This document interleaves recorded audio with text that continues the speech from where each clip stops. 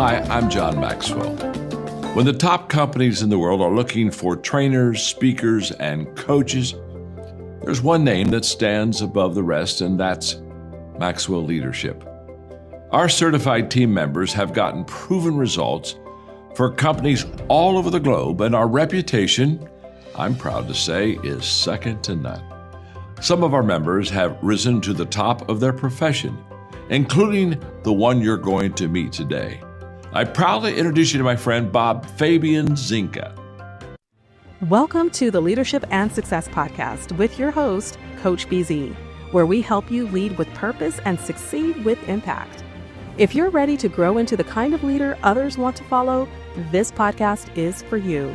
If you're determined to elevate your success and leave a lasting legacy, this podcast is for you. As my mentor, Dr. John C. Maxwell reminds us, everything rises and falls on leadership.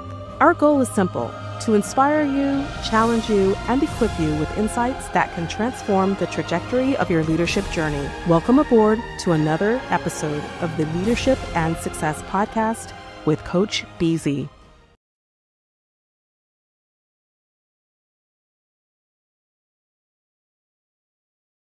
It sets the destination and the non-negotiable standards, but it empowers decentralized, agile action. And Powell combined that high-level vision with high standards. He was demanding. If the vision is clear and inspiring, like his goal to transform the State Department into a more responsive, well-supported institution, you can demand excellence in execution because everyone knows exactly what they're striving for and why that excellence is essential.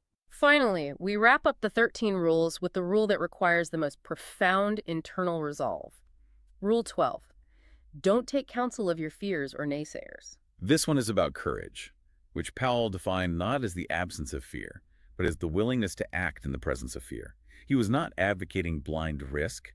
You must listen to your fears. They contain valuable mitigation intelligence. But you do not obey them. Correct. You assess the risks realistically, you incorporate contingencies, and then you move forward toward the clear vision from Rule 11, tuning out the noise of critics who only point out problems without offering solutions. The source notes that when you're starting challenging new projects, be it a military operation or launching a complex, innovative tech platform, the initial voices are often the naysayers. Always. A leader has to have the fortitude to assess the risk, make the decision, and commit fully.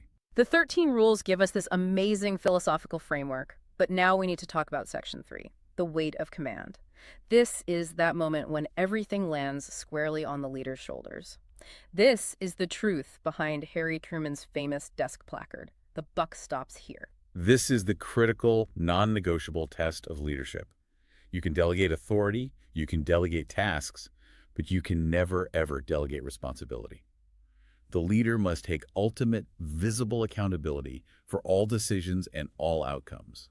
Period. And Powell's most public and probably most painful test of this principle involved presenting intelligence on Iraq at the UN in 2003, intelligence that later proved to be flawed. He was criticized relentlessly for it, and that moment really defined a major chapter of his legacy. But he didn't hide from it. Not at all. He didn't point fingers at the intelligence agencies or his staff. He accepted full responsibility, stating publicly, "I'm the one who made the case, and I'm the one who will always be seen as having made that case."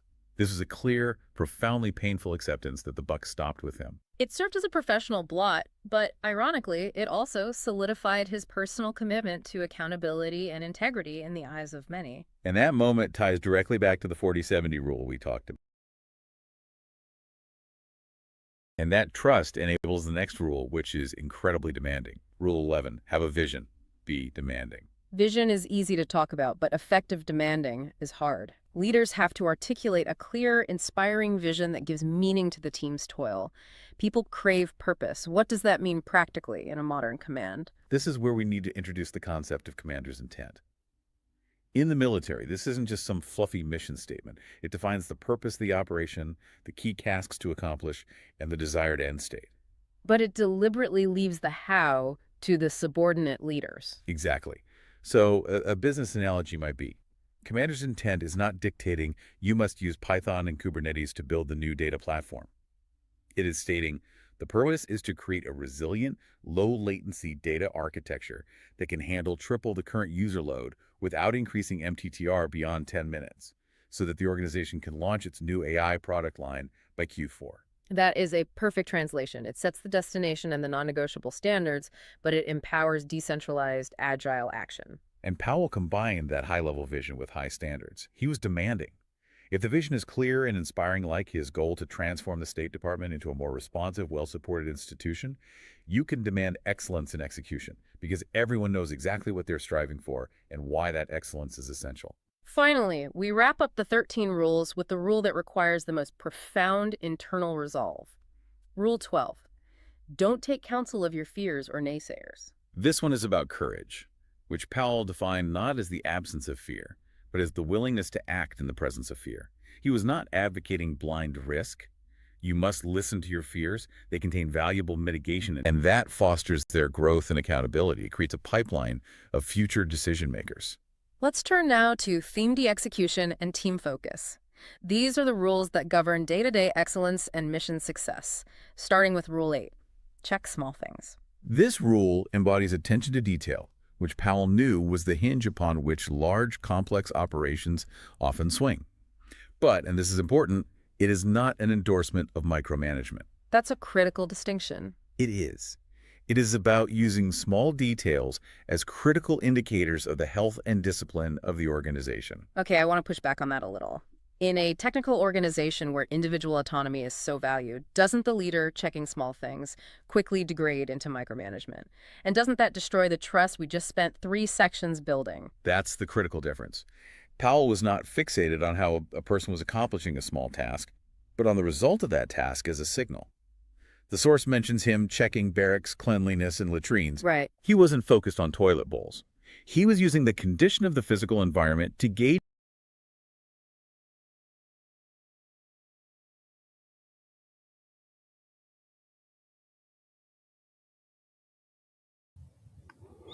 All right, everyone. Welcome to another edition of the Leadership and Success podcast. Thank you for watching. This is Coach Busy. To get started, I am reminded, let's do our moment of gratitude. This is where we spend less than a minute just trying to be grateful for one thing every single time we meet. So if you would maybe close your eyes, put yourself in your happy place, take a deep breath, and think about one thing you are grateful for today. Today is Christmas Eve all around the world. Christmas is tomorrow. And I am so grateful I am home with my wife and my 2 daughters today. What a blessing it is to be with family. Being in the military for 21 years now, many times you are called away on duty, far, far away from your family. And it is so wonderful to be home. And really, my heart goes out to every service member right now who is assigned to a post far, far away, especially those in combat zone who are fighting for our freedom. I am very, very grateful for all of you. You really are my personal heroes. And thank you for all you do. So if you would please type into the comment what you are grateful for today. So today is going to be a 10-minute AI recap of the article I wrote about leadership lesson from General Powell. Let me share my screen. I would like for all of you guys to go there and read the article. I think you should be able to read it within 10 minutes or so. But it is pretty much a summary of the major leadership lessons I've learned from the general. So here it is, leadership lesson from General Colin Powell, from the Navy to Silicon Valley. I go through his 13 rules, and you can also listen to the full podcast, season 4, episode 132. Where I go into this in more detail. It's about 30 minutes podcast, but here we're just going to give you the 10-minute breakout. And of course, this I have a summary of his 2 instant best-selling book, My American Journey, which was his first book, and then his latest book, It Worked for Me, in Life and Leadership. And I have also some links to some of his memorable speeches. But anyway, I encourage everyone to go there and read this article. So I'm now going to give you the first 5-minute AI recap of today's lesson. And please let me know in the comment where you are joining us from, what city, what state, and if outside of the US, which country, and what you are grateful for today. And also, as you listen to the 5-minute AI recap, 3 or 5 takeaways from the episode. All right, let's go for the first 5 minutes AI recap. Today, we're going to dive deep into the leadership philosophy of General Colin Powell, who was, one of America's most respected figures. And we're going to see his principles in action through the eyes of someone he personally mentored, a leader who took these very lessons from the deck of a Navy warship and brought them right into a Silicon Valley boardroom. So, our guide for this is an article by Bob Fabian Zinga. And get this, he's a U.S. Navy commander and a cybersecurity executive. That's what makes this so powerful, right? He's lived these principles in 2 totally different, high-stakes worlds, which gives us this incredible look at just how universal they really are. We're going to start with Powell's 13th rule, which he said was his absolute favorite, because really, it's the engine that drives everything else. He called perpetual optimism a force multiplier. Now, that's a military term, but what it means is something that dramatically boosts the effectiveness of your team. It's not about being naive or ignoring problems. It's about projecting this deep-down belief that your team can win and that you will overcome whatever's in front of you. For Zinga, this whole journey kicked off with just one brief meeting back in 2015. He says that single conversation gave him a compass that's guided him ever since through 2 completely different careers. So let's unpack that.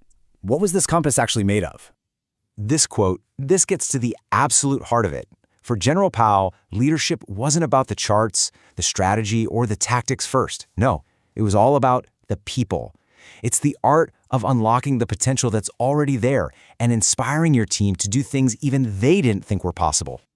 Okay, so how do you actually do that? Well, Powell taught that it all starts inside. It begins with you. Before you can even think about leading other people, you have to master your own mindset. Let's take a look at how that internal foundation gets built. Think of these 4 rules as a powerful framework for your own head. It starts with optimism. Things will look better tomorrow. Then it adds emotional discipline. It's okay to get mad, but don't let it control you. Get over it. Then it's about having this core belief that a solution exists. And finally, you have to have the courage to tune out the fear and the negativity. It's all about building your own resilience first. And that brings us to a huge lesson in humility. This is one of the toughest but most important rules for any leader to learn. Your job title is not who you are.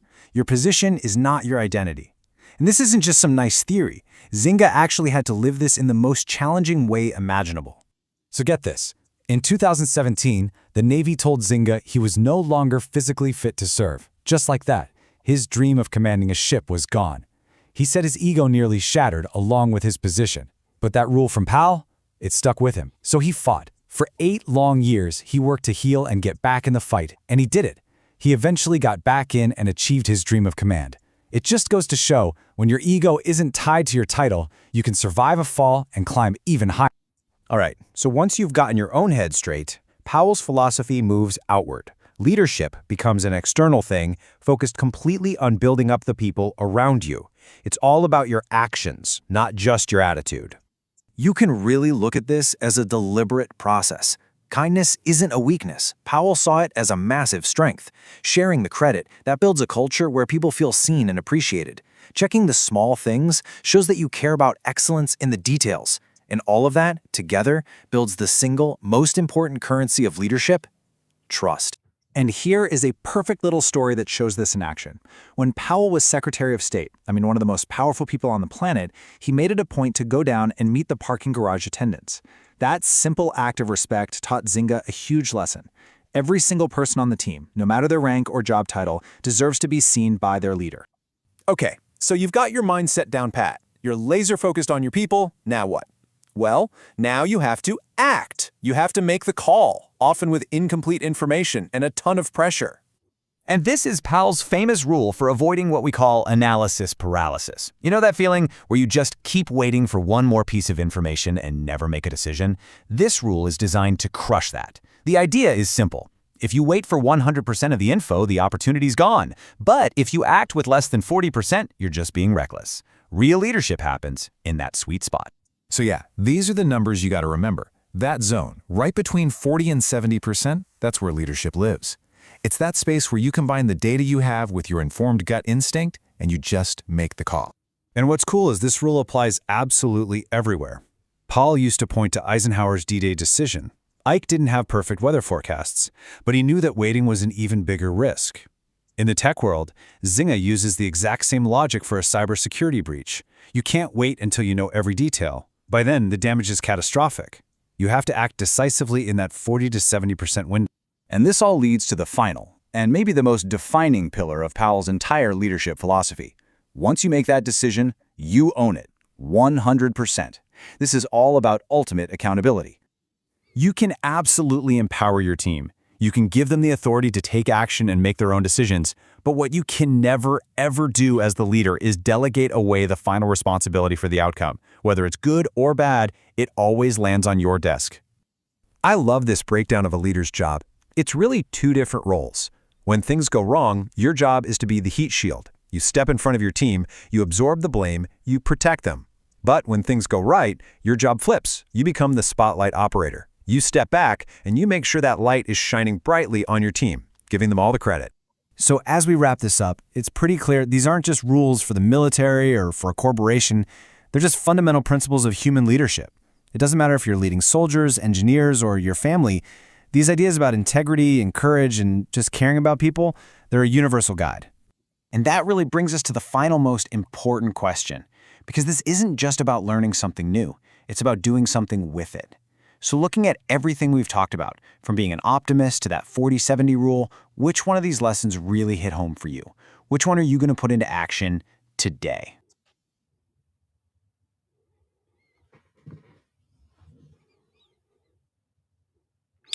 All right, let me know what your thoughts are on the first 5-minute AI recap. But really, for me, one of the greatest lessons I've ever learned from General Powell is leadership really is all about people. It's not your title, it's not your ego, it's about the people that you serve. That's really the true meaning of leadership. And if you take care of your people will take care of your mission. I think that is so true. No matter whether you are in the military, in the boardroom in Silicon Valley, or in the industry, or whatever organization, it really comes down to influencing people. All right, I'm going to queue it up for this next 5-minute AI recap. And again, as you are listening, please let me know where you are coming from, what city, what state, one thing you are grateful for today, and also 3 to 5 takeaway lesson from this episode. Here we go.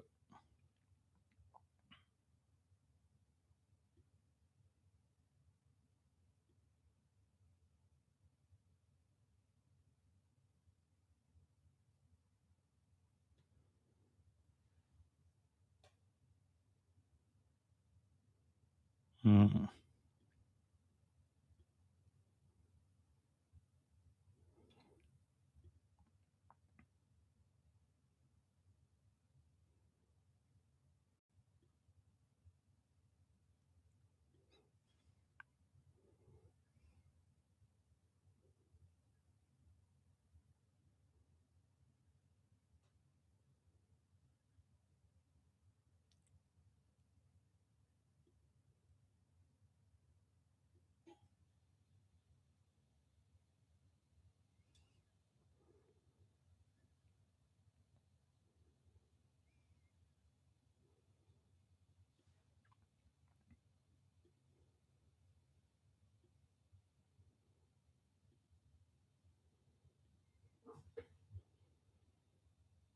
Think about a scenario where your mean time to respond, your MTTR SLA, is 60 minutes for a critical security incident. If you spend 50 of those minutes getting from 60% data to 85% data, you may have missed the window to contain the breach, even though you made a theoretically better decision. The time cost is higher than the knowledge gain. So you have to decide. You must decide. Execute forcefully based on your current intelligence, that 40-70 zone, and be prepared to adjust on the fly as new information comes in.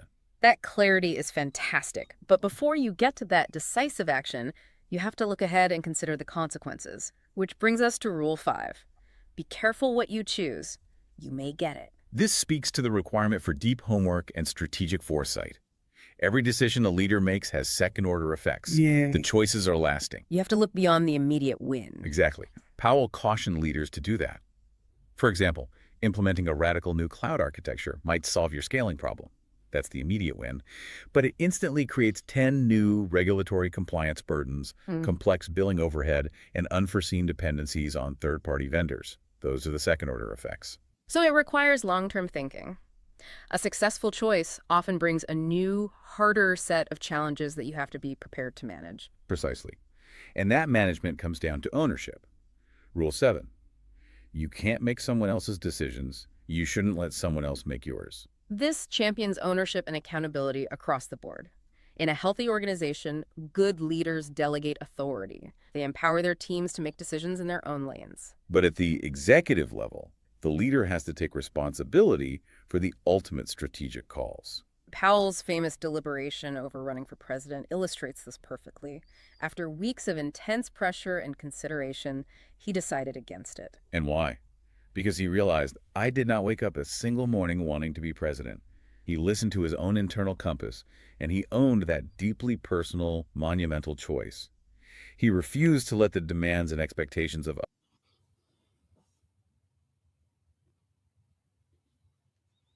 what the source correctly identifies as the force multipliers. We begin with Rule 1, and it's a great one. It ain't as bad as you think. It will look better in the morning. This is so much more than a platitude. It's a non-negotiable directive for the leader to control the emotional atmosphere of the entire organization. Oh, I've seen this play out in crisis situations. When a major incident hits, a system failure, a catastrophic data loss, the first instinct for a lot of people on the ground is just to panic or freeze. Total despair. Right, and if the leader validates that despair, the organization just descends into chaos. Powell's insisting the leader has to immediately project positivity. You become the emotional anchor that encourages the team to pivot from, analyzing the catastrophe to generating solutions. That is the function of the rule. It's emotional leadership. Yeah. And the source emphasizes that Powell was deeply aware this is an attitude to project, not necessarily a blind prediction. It wasn't naive. No, he would often quip, it's not a prediction, it might be worse, but it's an attitude to have. But that attitude is what inspires perseverance. Think of American leaders throughout history after calamitous events like Roosevelt after Pearl Harbor. The immediate message isn't about the pain, but about the capacity to overcome it. Which gives you the momentum you need to adopt Rule 4. It can be done. Yes. This is the ultimate mindset reset. It establishes this core principle of possibility. The source author mentioned he hated phrases like, we can't, or that's impossible in his command structure. Because those phrases just shut down ingenuity before the work even starts.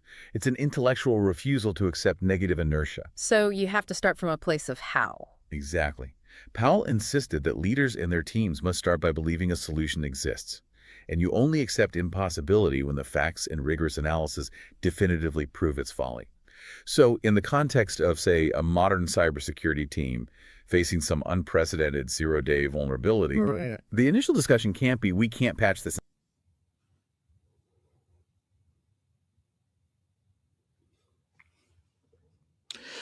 And another thing that General Powell taught me is to really have a positive mindset. And I think that is so important because in life, you will eventually face some challenges. Things are not always going to be rosy, right? Things are not always going to go your way. But I believe you, as a leader, you really have to be positive, have a positive mindset.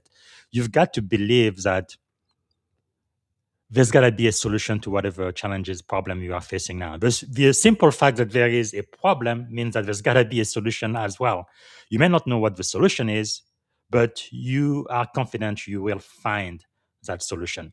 I think of people like Thomas Edison, right? I believe he tried like 10,000 times before he invented the light bulb, and eventually he was able to find the correct formula. So there is a solution out there, and you need to find it. So you have to have a positive mindset. You have to have hope. It doesn't mean that you completely ignore all of the fact and you live in la la land, and things may not turn out exactly the way you hope for. But as a leader, I believe you absolutely need to have a positive mindset, and people who follow you need to know that we are going to be able to find a solution for whatever trouble or challenges we are facing right now. And that is so, so, so powerful. So again, let me know some of the key lessons you've got from this AI recap. I'm going to play the second AI recap in just a second, and let us know where you are coming from, what city, what state, which country, if outside of the US, and also what you are grateful for. So let me queue up the second AI recap one more time. Let's try this again.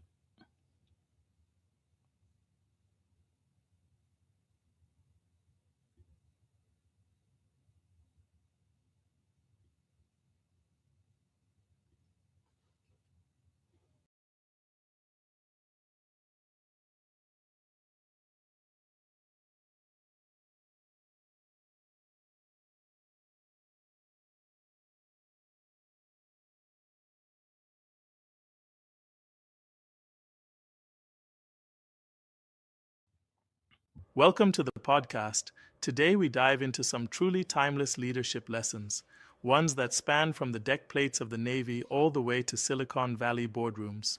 I'm excited. There's so much depth here.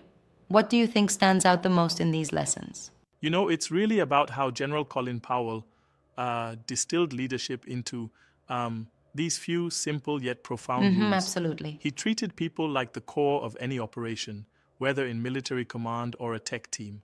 Right, because leadership isn't just about strategy or technical know how, it's about caring, isn't it? Exactly. And what's amazing is how his simple daily reminders, the 13 rules of leadership, became these guiding principles. For example, his rule, avoid having your ego so close to your position that when your position falls, your ego goes with it, is such a clear call for humility. Right. I love that one. But let me ask you, do you think such a rule can be challenging in today's corporate world, where ego sometimes fuels competition? Oh, definitely. I mean, it's like in many corporate settings, the ego gets prized. However, Powell reminds us that true leadership isn't about holding on to titles. Instead, it's about supporting your team by setting the example through accountability and kindness. True. And speaking of kindness, his idea that remain calm, be kind, that resonates so powerfully. It's not something you see every day with tough leadership images. Right. It's like you can be tough and still be compassionate. Whether you're in a high pressure cyber incident or leading a military crew, being kind builds trust. Yeah, exactly. I find it fascinating how he managed to blend decisiveness with empathy. But do you think that equally applies when you're managing a tech team compared to a military unit? Absolutely. Although the stakes differ. In the military, lives are on the line. In cybersecurity, while not life on the line, the impact can be huge. Yet, the principle is the same. If you take care of your people, they'll give you results beyond what For you sure. imagined. That's what he meant by leadership is the art of getting more out of a group of people than anyone ever predicted. It almost sounds like a rallying cry for optimism. Exactly. Optimism is a force multiplier for, whether it's facing a cybersecurity breach or rebuilding a crew's morale after a tough night at sea. Powell's mantra, it ain't as bad as you think, it will look better in the morning, reminds leaders to hold on to hope even when things are chaotic. Right, that's such practical advice.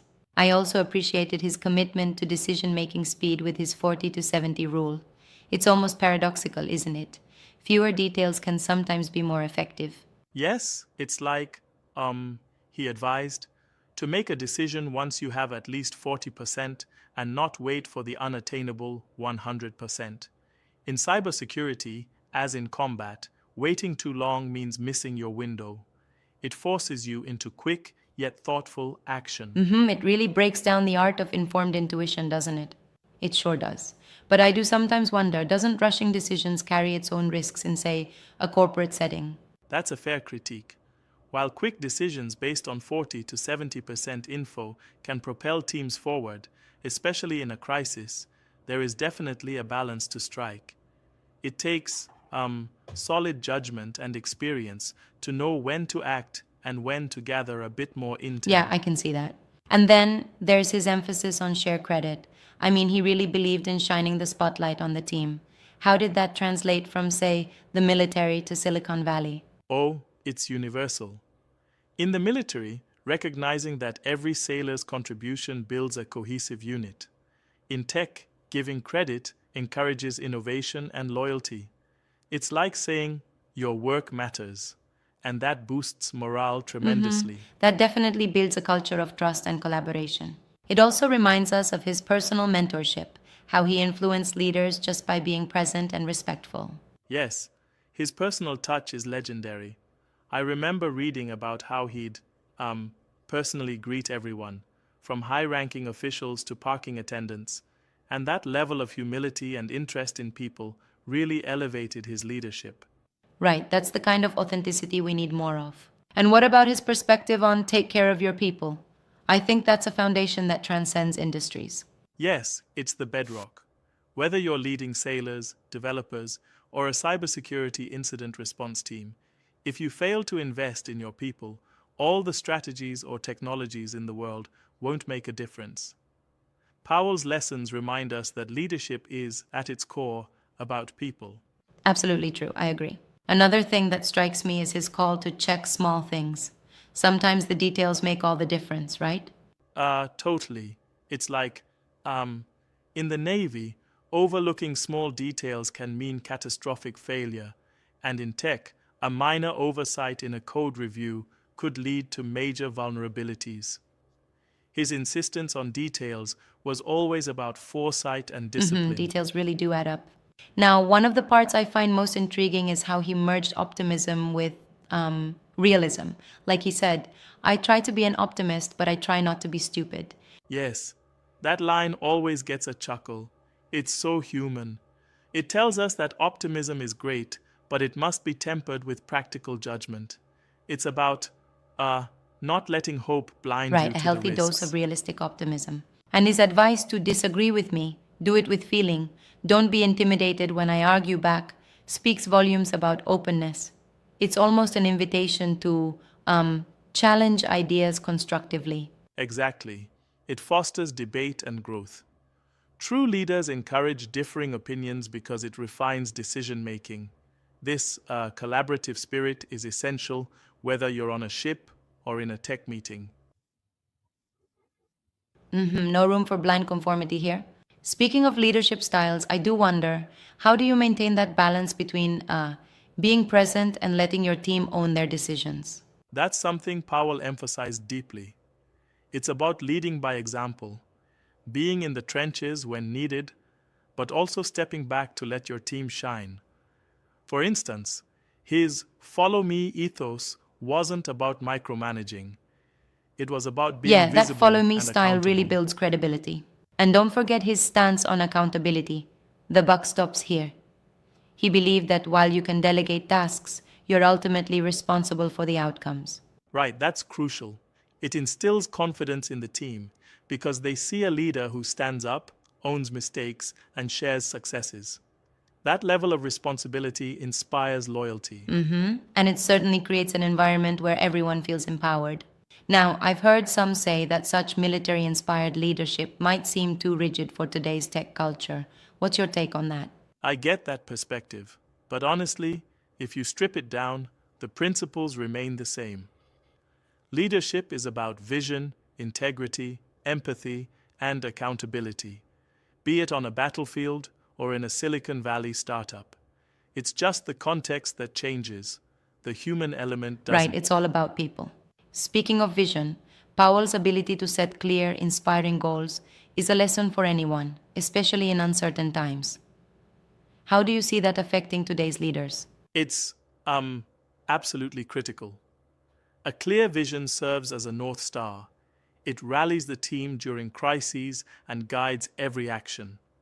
Whether you're responding to a cyber attack or launching a new product, clarity in vision drives motivation and No unites the guessing team. games there. And then there's the mentoring aspect. His books, My American Journey and It Worked for Me, serve as practical playbooks for aspiring leaders. Yes, they're like having a veteran coach in your corner. They combine personal anecdotes with actionable principles that transcend industries. These works not only chart his remarkable journey from a humble beginning to high command, but also encapsulate rules that are just as powerful today. Absolutely inspiring. So, as leaders, whether faced with crisis decisions in cybersecurity or managing a dynamic team in tech, we can all take away a bit of his wisdom. Which rule or insight do you think will be most transformative for our listeners? I'd say start with kindness, accountability, and that perpetual optimism. Remember, it's like, leadership is a journey, one where every small action and decision builds the legacy you leave behind. Let's keep challenging ourselves to lead with heart, integrity, and yes, a little bit of optimism. Absolutely. Cheers to that.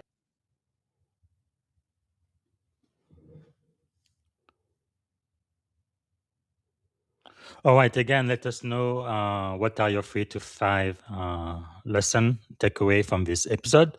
So I'm going to be back here tomorrow. Tomorrow we are going to broadcast for the first time in German.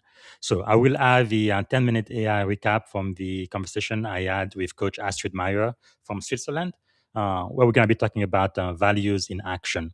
Because she's from Switzerland, we are going to do the broadcast first in English and then in my native French and finally in German. So that's going to be fun. That's going to be on Christmas Day. And then on Friday, I will have the pleasure of speaking with Daya Ramesh. She's a cybersecurity leader, founder, operator, and a mentor. We're going to be talking about cybersecurity being existential. So that's going to be this Friday. And then the following Monday, I will be speaking with Captain Tess Tracy. She has a doctorate in psychology, U.S. Army, a transformational leader, a human system integration expert. We're going to be talking about the psychology of command. And then on Tuesday, the following day, I will have the pleasure of speaking with Zen Benefield, a planetary visionary, servant leader catalyst, and a conscious integrator. We're going to be talking about one world conscious leadership. And the following Friday, for season 5, this is going to be our second episode. So the first interview for season 5 in 2026 with Dr. Beth Sanborn, doctor of PA. I believe it's public accounting, I believe. But anyway, she's a school safety leader, advocate, scholar, and practitioner and police officer. We're going to be talking about The Missing Piece. She has written 2 best-selling books, The Missing Piece and Piecing It Together. So you don't want to miss this. And on the same day, I will also be talking with Dr. Shauna Doug Springer, PhD. She's trusted, relentless, perceptive. We're going to be talking about mental warfare and moral courage.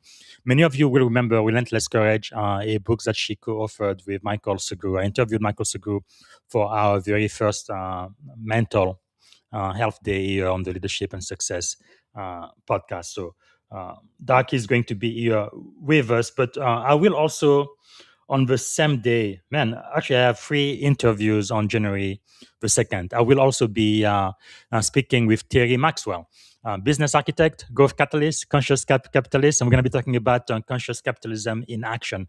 And she's the best-selling author of Succeed on Purpose. So 3 interviews on the very first day of January 2026. So again, on that day, we're going to be speaking with Dr. Sanborn, with Terry Maxwell, and with Dr. Shauna Springer. So you don't want to miss this. Okay, this is it for today. See you tomorrow, and Merry Christmas, everyone. Bye for now. Thank you for tuning in to the Leadership and Success Podcast with your host, Coach BZ. If today's episode added value to your leadership journey, be sure to subscribe, share, and join us again for more wisdom nuggets on how to lead better and achieve greater success. Remember, leadership is the most critical skill of our time. The world will always need leaders to inspire others, drive innovation, and execute meaningful strategy. So why not count yourself among the bold leaders shaping the 21st century? Until next time, stay inspired, stay committed, and keep leading with excellence.